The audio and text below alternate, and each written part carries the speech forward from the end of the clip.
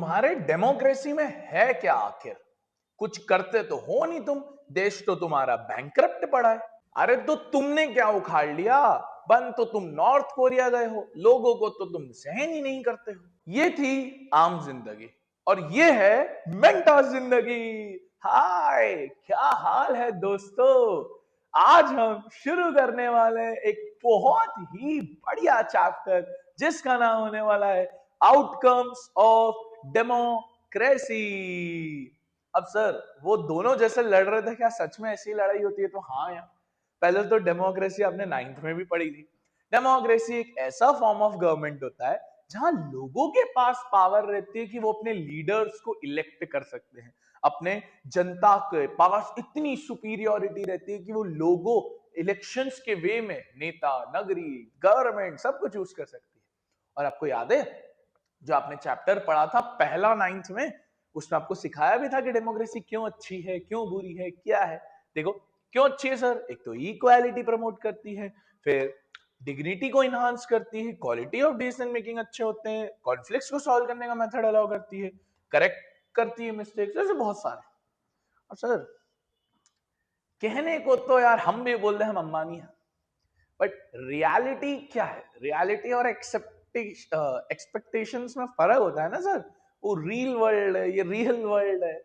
बस सर, हमको इस चैप्टर में वही करना है कि ये रियल वर्ल्ड में जो डेमोक्रेसी वादे करती है, क्या वो रियल वर्ल्ड में एक्चुअली में फुलफिल भी किए जाते हैं या सिर्फ हवा हवा ही चल रहा है? तो सर, सबसे पहले जो हमारी डेमोक्रेसी है वो एक अकाउंटेबल, रिस्पॉन्सिव और लेजिटिमेट गवर्नमेंट है। सुनिएगा ध्यान से, अकाउंटेबल, लेजिटिमेट, रिस्पॉन्सिव गवर्नमेंट। बहुत इंपॉर्टेंट क्वेश्चन है यही से। और आप जान के हैरान हो जाओगे, सीबीएसई ने लास्ट 2 सालों में 5 नंबर का क्वेश्चन इस चैप्टर में से ही बना रहे हैं बार बार। तो कैसे एक डेमोक्रेसी अकाउंटेबल है? अकाउंटेबल का मतलब होता है आंसरेबल, लोगों की नीड्स के प्रति, लोगों की डिमांड्स के प्रति, लोगों की ख्वाहिशें के प्रति वो आंसरेबल रहती है। अगर आप ध्यान से देखोगे तो डेमोक्रेटिक गवर्नमेंट भले बहुत ज्यादा टाइम लेती है डिसीजन लेने में, बट जो इनके डिसीजंस होते हैं वो काफी एक्सेप्टेबल रहते हैं क्योंकि बहुत सारे पीपल इसके अंदर अपना दिमाग लगा रहे हैं। अब सोचो, भारत में कोई लॉ बनता है, पहले वो लोकसभा में प्रेजेंट किया जाता है, 500 550 लोग उसमें अपना दिमाग लगाते हैं, फिर वो राज्यसभा में प्रेजेंट किया जाता है, देन वो प्रेसिडेंट के पास जाता है साइन होने। तो दिखाता है कि यार एक छोटे से डिसीजन में लोगों का बहुत ज्यादा योगदान है, तब जाके इस देश में इतने अच्छे डिसीजंस लिए जाते हैं। तो हमारी गवर्नमेंट इसलिए कहते हैं कि बेसिक आउटकम में जो हमारी डेमोक्रेसी है वो काफी ज्यादा अकाउंटेबल है, प्लस ये ट्रांसपेरेंट भी है सर। ट्रांसपेरेंट मतलब जो ये करेगी पर्दे के पीछे नहीं होगा, ये आपको खुला खुला बताएगी कि देखो भाई, इतना पैसा आया है, इतना पैसा इसमें लगा है, इतना पैसा इसमें लगा है। और अगर आपको लगे कि नहीं यार हमको तो पूछना है, तो आरटीआई फाइल करो, राइट टू इंफॉर्मेशन है आपके पास। तो आप आरटीआई फाइल करो, गवर्नमेंट से पूछो कि भैया आपने इतना इतना पैसा लिया कहाँ गया। तो गवर्नमेंट आपको मतलब देना ही पड़ेगा जवाब, और नहीं दिया जवाब तो फिर आप कोर्ट में जा सकते हो। तो दिखाता है कि हमारी डेमोक्रेसी ट्रांसपेरेंट है, जो हो रहा है वो हो रहा है। बाकी आप जैसे डिक्टेटरशिप में देखोगे जहां आर्मी रूल है या जहां राजा का रूल होता है, वहां नहीं, वहां लोगों की बात ही नहीं सुनी जाती। यहाँ एटलीस्ट लोगों की बात तो सुनी जाती है, लोगों की डिमांड्स तो पूरी करी जाती है। इसलिए हम कहते हैं डेमोक्रेसी अकाउंटेबल है। सर, फिर डेमोक्रेसी रिस्पॉन्सिव भी है, रिस्पॉन्सिबल भी है। किसके लिए रिस्पॉन्सिबल है sir? Demands, needs, people, corruption free country, good elections, free and fair elections, उन सारे चीजों के लिए ये डिमांड्स को रिस्पॉन्सिबिलिटी हैंडल करने का काम भी डेमोक्रेसी करती है। तो देखो, there is nothing to show that non democracies are less corrupt और मोर। तो कहीं ना कहीं दिखाता है कि डेमोक्रेसी रिस्पॉन्सिबल है टूवर्ड्स नीड्स। और फिर आती है लेजिट। लेजिट मतलब लीगल, जैसे एबिडास और एडिडास। आपको ही पता है लीगल और ऑथेंटिक एडिडास है, वैसे ही हमारी डेमोक्रेसी एक एडिडास है। डेमोक्रेसी लीगल है, लेजिट है। तो हमारी सर्टेनली बेटर है क्योंकि ये लेजिटिमेट है, भले स्लो है, लेस इफेक्टिव है, बट आप देखोगे कि डेमोक्रेटिक गवर्नमेंट पीपल की गवर्नमेंट होती है। अगर लोग देश को उठा सकते हैं तो देश को गिरा सकते हैं।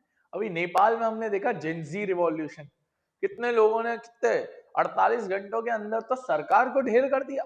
दिखाता है भाई लोगों की गवर्नमेंट है, आप लोगों की डिमांड्स के साथ नहीं चलते हो, लेजिट गवर्नमेंट है सर। तो रिप्रेजेंटेटिव से हम रूल करवाते हैं अपने आप को, पीपल जो चूज करते हैं। तो इसलिए कहते हैं डेमोक्रेसी तीनों है, आंसरेबल भी है, रिस्पॉन्सिबिलिटी भी लेती है और लेजिट भी है, लीगल भी है, तो सब लीगैलिटी है। अब सर अब आएगा reel versus real. Reel versus real कि कौन कौन से ऐसे एक्सपेक्ट्स हैं जिस पे हमारी डेमोक्रेसी खरी उतरी है या नहीं उतरी है। पहला आता है उसमें से इकोनॉमिक ग्रोथ एंड डेवलपमेंट, कि अगर कंपेयर किया जाए डिक्टेटरशिप, मोनार्की या डेमोक्रेसी को, कि वो देश कितने प्रगति कर रहे हैं, देश कितने डेवलप हो रहे हैं, तो नो डाउट डिक्टेटरशिप का पलड़ा भारी दिखेगा और डेमोक्रेसी थोड़ी पीछे दिखेगी। कारण है, डिक्टेटरशिप में क्या होता है, लोगों पे खर्चा नहीं किया जाता है, कोरिया देख लो, नॉर्थ कोरिया।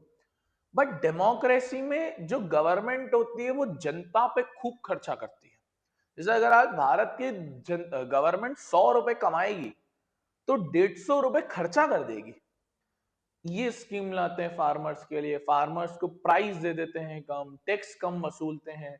मतलब इन शॉर्ट हमारी गवर्नमेंट वेलफेयर करना चाहती है, लोगों की भलाई करना चाहती है।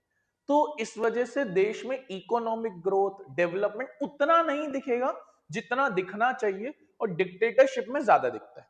बट क्या सर इसका ये मीनिंग है कि हम डेमोक्रेसी को लात मार दें? तो नहीं, क्योंकि डेमोक्रेसी कंप्लीटली बेकार नहीं है, धीरे धीरे धीरे धीरे धीरे धीरे वर्क कर रही है उस फेस के अंदर। देखो, if you consider all democracies and dictatorship have slightly higher rate of economic growth. ज्यादा ग्रोथ जो आपको दिखेगी वो किसकी दिखेगी? डिक्टेटरशिप की ज्यादा देखने को मिल जाएगी। और इस पे बहुत को डिपेंड करता है, population size, global situation.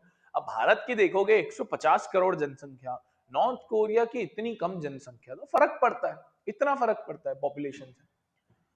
Obviously बात है, ये तो नहीं कह सकते कि हम ये गारंटी है इकोनॉमिक डेवलपमेंट, बट हाँ हम एक्सपेक्ट कर सकते हैं कि अच्छा हो जाएगा धीरे धीरे। और ऑब्वियसली बात है, हम डेमोक्रेसी को प्रेफर इसलिए भी करते हैं क्योंकि सिर्फ पैसा मायने नहीं रखता है, ये भी मायने रखता है कि लोगों की नीड्स पूरी हो रही है, लोग कितने अच्छे से वर्क कर रहे हैं। ये देखो, ये कितना अच्छा फोटो है, ये दिखाता है कि अमीर बॉडी बिल्डर मिडिल क्लास थी और बेचारा लोअर क्लास हड्डी है। ये कहीं ना कहीं इकोनॉमिक ग्रोथ के अंदर दिखाता है। फिर इकोनॉमिक ग्रोथ के अंदर आता है क्या इनइक्वालिटी और पॉवर्टी को हमारा डेमोक्रेसी खत्म कर पाता है? तो आंसर है नहीं। ये वो चीज है जिसमें हमारा पलड़ा बहुत खराब है। गरीबी तो हमारे देश में चरम सीमा पे है, अमीर और अमीर होते जा रहा है, गरीब और गरीब होते जा रहा है। कारण गंदा डिस्ट्रीब्यूशन ऑफ वेल्थ। अमीरों के लिए लॉज अलग बनाए जा रहे हैं, गरीबों के लिए लॉज अलग बनाए जा रहे हैं। कहने को हम अभी भी कहते हैं हम इक्वल है, बट नहीं, ऐसा नहीं है। वरना आज आप देखोगे विश्व की 1% जनता, या विश्व तो चलो छोड़ो, भारत की 1% जनता, भारत की 1% जनता, भारत की top rich class 95%, 95% of the wealth को रखती है। 1% जनता 95% ऑफ द वेल्थ को रखती है, और बची हुई 99% जनता, बची हुई 99% जनता 5% वेल्थ रख रखी है। कितना डिस्क्रिमिनेशन सर। देश में गरीबी इसलिए तो बढ़ रही है, कोई मुंबई जाके एंटीलिया खड़ा कर देता है तो कोई मुंबई के रेत में धंस जाता है। हार्श ट्रुथ तो ये है, हार्श ट्रुथ तो ये है, एक तरफ एंटीलिया और एक तरफ बड़े बड़े मकान दिखेंगे और दूसरी तरफ कस्बे दिखेंगे, दूसरी तरफ बस्तियां दिखेगी, धारावी दिखेगा, ऐसे हाल है। तो दिखाता है कि देश में इनइक्वालिटी, पॉवर्टी खूब ज्यादा दिख रही है। तो देखो, अल्ट्रा रिच काफी हाई प्रोपोर्शन ऑफ इनकम है, पॉवर्टी का क्वेश्चन तो बहुत ही ज्यादा है, बहुत वर्स है, हद से ज्यादा वर्स है अभी तो हमारी कंट्रीज के अंदर। जैसे बांग्लादेश के अंदर हो गया, भारत के अंदर हो गया। ये देखो 50% जनता सिर्फ इतना वेल्थ खा रही है और 2% जनता इतना वेल्थ खा रही है। दिखा रहा है कि किस तरीके से ये चीज है।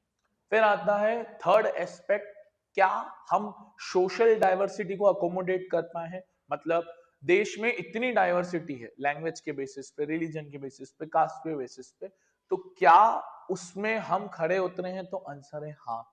डेमोक्रेसी ने इसमें अपना पलड़ा काफी अच्छा रखा है।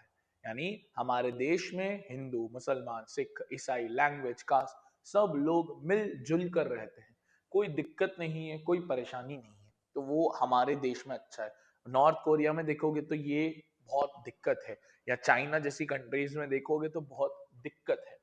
तो अब काफी रिड्यूस हो जाता है टेंशन वगैरह, पावर को डिवाइड। अब ये दो तरह कैसे होता है, दो तरह कैसे होता है। पहला, मेजोरिटी को हमेशा माइनॉरिटी के साथ काम करना चाहिए। ऐसा नहीं कि मेजोरिटी है तो है, माइनॉरिटी को लात मारो। पावर शेयरिंग में देखा था ना श्रीलंका में कैसे फिर कॉन्फ्लिक्ट हुए थे, सिविल वॉर हुआ था। तो हमेशा माइनॉरिटी के साथ काम करना पड़ेगा आपको, हमेशा, कभी भी ऐसा नहीं कि बिना उसके काम करो।